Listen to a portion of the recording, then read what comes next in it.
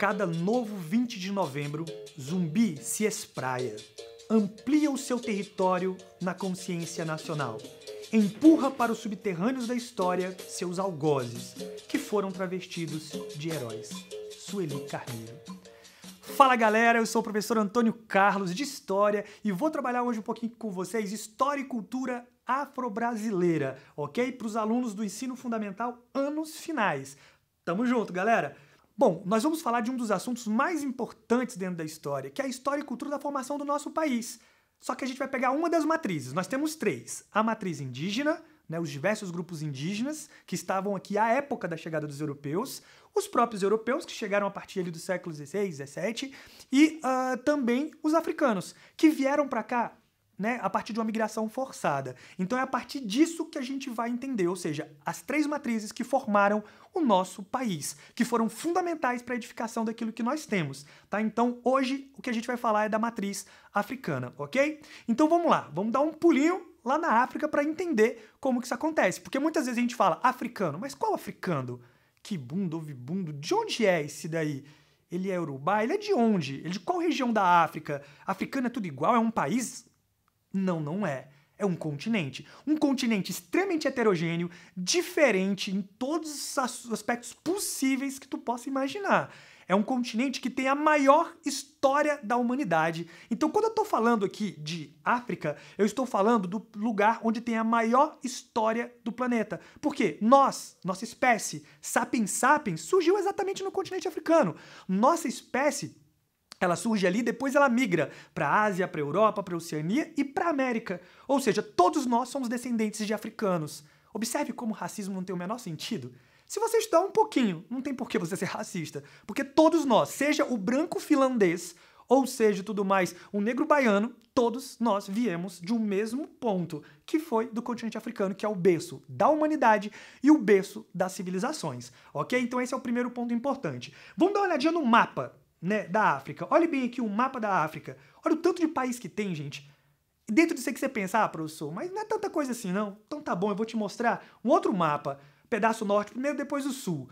Olha esse mapinha aqui, que está mostrando para você um pouco das línguas da região. Então é um mapa linguístico. Olha o tanto que tem ali no continente. Isso expressa a diversidade de grupos étnicos. A África é muito heterogênea, tem muitos grupos étnicos diferentes, com culturas diferentes, com experiências diferentes. E são exatamente essas experiências diferentes que fizeram o Brasil ser tão rico, em todos os sentidos possíveis, porque eles trouxeram isso para cá, tá? Então isso é um ponto muito importante. Dá uma olhadinha na parte sul, só para você ter uma ideia dessa complexidade, tá? Então o primeiro ponto que nós temos que falar, viemos, parte da nossa população veio da África, parte dela veio de forma forçada para cá. E por que forçado, professor? Porque entrou dentro de uma lógica mercantil de escravidão, um modo de produção escravista em que os europeus escravizavam o máximo que eles podiam naquele momento, levando muita gente para a América. Para você ter uma ideia, para o Brasil, eles devem ter comprado e vendido aqui pelo menos uns 5 milhões.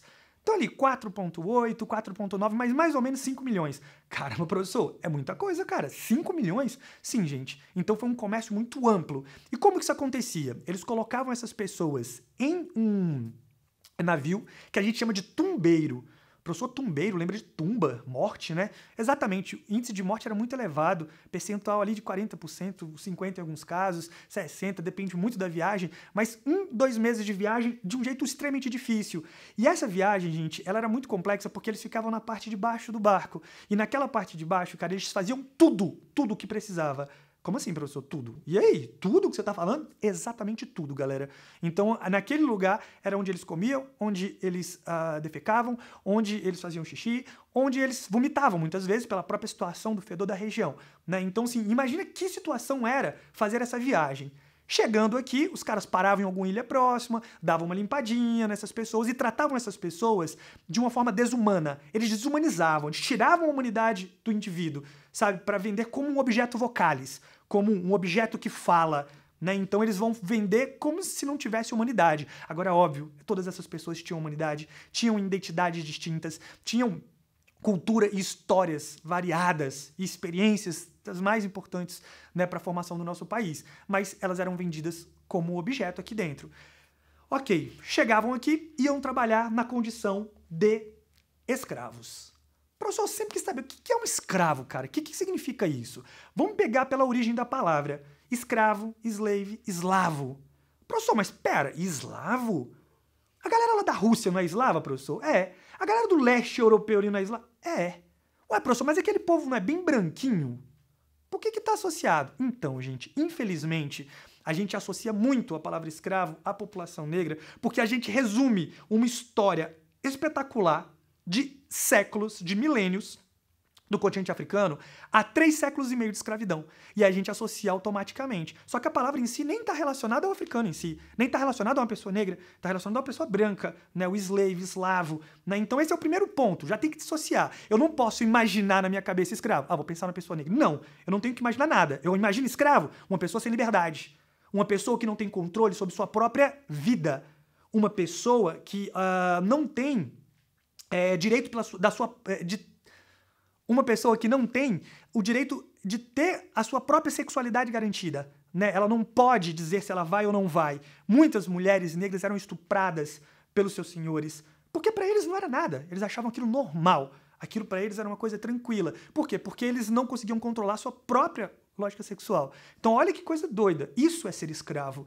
Né? Então é um indivíduo que não tem liberdade, a gente está falando de uma outra coisa. Então tem que dissociar de um grupo, ok? E agora um ponto importante, gente. Vamos mudar também o termo.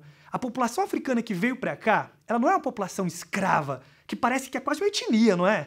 Ela é uma população de seres humanos que foram escravizados.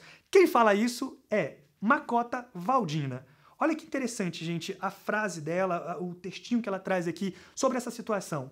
Não sou descendente de escravos, eu descendo de seres humanos que foram escravizados. Isso dá humanidade àqueles que são humanos de fato, sabe? Tira aquele aspecto desumano que foi imposto com a escravidão, sabe? Que traz essa ideia. Não, eu sou descendente de um ser humano que veio para cá, que contribuiu para a formação do nosso país, que foi super importante em tudo praticamente que nós temos, né? Então eu descendo dessas pessoas, e é isso que ela traz, né, para discussão. Sou descendente de escravizados, de pessoas que foram escravizadas. Então escravidão é uma condição de um momento, né, de um grupo específico e tal, e não exatamente uma etnia ou de uma característica de um continente ou algo do tipo, ok? Então esse é um ponto importante para a gente iniciar quando a gente está falando de escravidão. Bom, eles chegaram aqui. Eles foram os únicos escravos? Não, professor. Meu professor falou que os indígenas também foram. Sim, os indígenas também foram. Só que gradativamente a gente vai ter, gente, uma troca do trabalho indígena para o trabalho negro escravizado. Aí você fala, mas professor, como assim essa troca? Gente, nos lugares que as pessoas tinham condições, né, de comprar o negro africano, eles compravam. Né? Em outros que eles não tinham, por exemplo, na capitania de São Paulo, os caras vão muitas vezes usar o trabalho indígena, escravo também, né? E vai durar aí séculos ainda. Contudo, quando o tempo estava passando, os negros se tornaram mais predominantes no trabalho aqui no Brasil, ok? Aí você fala, professor, por que isso aconteceu? Bom, gente, tem muito estereótipo, muito preconceito, muita coisa que falam sobre o tema. Por exemplo, você já deve ter escutado isso. Ah, professor, índio é preguiçoso, professor. Então, gente, os portugueses achavam isso. E por que eles achavam isso? Porque a lógica de pensamento do indígena é diferente da lógica de pensamento do português. O português vem de uma lógica mercantil. Trabalho, ganhar dinheiro, quero produzir mais, ganhar mais o tempo inteiro. Esse era o pensamento dos caras. O indígena não tinha esse mesmo pensamento aqui. Ele acorda na hora que o sol nasce, que é uma coisa biológica também, né? Tipo, uma hora pra você despertar. Ele vai dormir quando o sol tá indo embora. Ele trabalha de acordo com a natureza. Ele tem toda uma questão ali, gente, de compreensão da sua própria vida que é diferente da do europeu. Então não é que ele era preguiçoso. Ele trabalhava. A única questão importante, gente, é que ele trabalha numa lógica diferente, ok? Então o indígena não é preguiçoso, não. Longe disso. Segundo, os africanos aguentavam mais o trabalho braçal. Gente, muito errado. Existem homens brancos fortes, homens negros fortes e homens indígenas fortes. Mulheres negras fortes, mulheres indígenas fortes e mulheres também europeias que são fortes. Ou seja, não é uma característica de um povo ser forte ou não. Observa? Então não é porque é um mais forte do que o outro. Infelizmente, a gente associa muito o africano a essa questão da força, porque a gente construiu a ideia de que força é diferente de intelecto, então o europeu usa o intelecto, o africano não.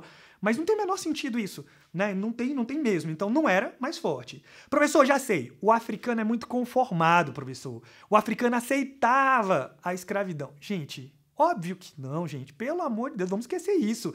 Desde o primeiro momento que os africanos chegaram aqui, eles lutaram pela sua liberdade, eles resistiram bravamente o tempo inteiro. Né? Ah, professor, mas o indígena ele tem uma facilidade, ele conhece melhor a região. Tá, isso pode ajudar um pouco? Pode. Ah, professor, a igreja também defendeu em alguns momentos os indígenas. Isso também ajudou? Ajudou. Só que isso não foi o mais importante. Dentro de uma sociedade que o capitalismo estava sendo construído, gente, que o mercantilismo era a característica básica da economia, a gente não pode esquecer que a questão da renda, do financeiro, era fundamental. Então, por que houve essa troca gradativa? O tráfico de escravizados. Foi exatamente a questão mercantil que fez com que essas pessoas substituíssem os indígenas, tá? Então eles chegam aqui e vão trabalhar por quê? Porque o tráfico era extremamente lucrativo. Mas como assim, professor? Gente, todo mundo que está envolvido com tráfico está ganhando. E o governo de Portugal conseguia controlar, ficava mais fácil controlar a chegada deles aqui. Por quê? Porque passou pelo porto, paga o imposto, fica tudo certo, ok? Então esse é um ponto super importante para a gente entender a dinâmica, né, dessa chegada deles aqui e por que houve essa troca. Agora vamos lá, o trabalho. O que eles faziam? Normalmente a gente associa o africano, gente, a trabalho agrícola, porque a gente lembra da produção de açúcar e acha que foi a única coisa que teve no Brasil. Cara, eles trabalharam na agricultura? Sim, mas eles trabalharam em diversas outras coisas também. Eles foram carpinteiros, eles foram pescadores, mineradores, alfaiates, construtores, engenheiros. Já viu aquelas igrejas belíssimas que nós temos ali em Pirinópolis, que nós temos e tudo mais em Ouro Preto, todas aquelas construções? Quem que fez, gente? Foi a população negra africana que aqui estava. Foram eles que construíram. Então eles edificaram esse país. Né? Você vai ter escravizado que vai trabalhar como ama de leite, ficava junto com uma mulher que não estava com leite, né, para dar pro filho, e ela dava o leite pro filho ali, cuidava daquela criança, cuidava da casa, fazia, né, as coisas que tinham que fazer ali. Você vai ter alguns que serão até mesmo comerciantes, pessoas que vão vender coisas na rua. Então observe bem, gente, que coisa forte, que coisa importante. Nós estamos falando de uma participação ampla, vasta em diversos pontos, em diversos lugares. Bom, e aí a gente entra num dos pontos mais importantes, resistência, galera. Os africanos resistiram? Sim, eu falei lá atrás, eles resistiram desde o primeiro minuto. E a fuga era uma das principais, porque a fuga é dar prejuízo para aquele que comprou. Então ele sai, ele vai embora, ele tá resistindo. Ele também fazia outros tipos de coisas, como matar o seu capataz, bater nele, tentar atingi-lo de alguma forma, botar fogo na produção. Isso tudo era forma de resistência. Ele se matar também. Ah, professor, mas suicídio, cara? O cara se matar é uma forma de resistência? É, gente, por quê? Ele tá saindo desse espaço, indo para um espaço de liberdade que ele crê e está abandonando a condição de escravo. Né? E afeta também esse senhor. Então também era uma estratégia de resistência. Agora, dentre as formas de resistência, nós temos três que são bem importantes. A própria religiosidade. Você usar a sua religiosidade, que às vezes gerava medo no outro, que era todo preconceituoso com você, contra ele, e principalmente fazer o sincretismo. Ao invés de você estar orando ali e tudo mais para um senhor, orando especificamente para um santo, né, para Maria, você estava, na verdade, fazendo uma conexão com seus orixás, com seus inquices, com seus voduns. Né? Então era um outro tipo de perspectiva. Outras duas muito importantes, capoeira e o quilombo. Gente, só que esse assunto é muito denso. Falar de capoeira não dá pra falar rapidinho, não. Falar de quilombo não dá pra falar rapidinho. Então esses dois assuntos serão os temas das próximas aulas da gente. Nós vamos trabalhar especificamente como os africanos utilizaram a capoeira e essa organização de refúgio do quilombo como uma forma de resistência, como formas de resistência, ok? Então, galera, aquele abraço, até a próxima.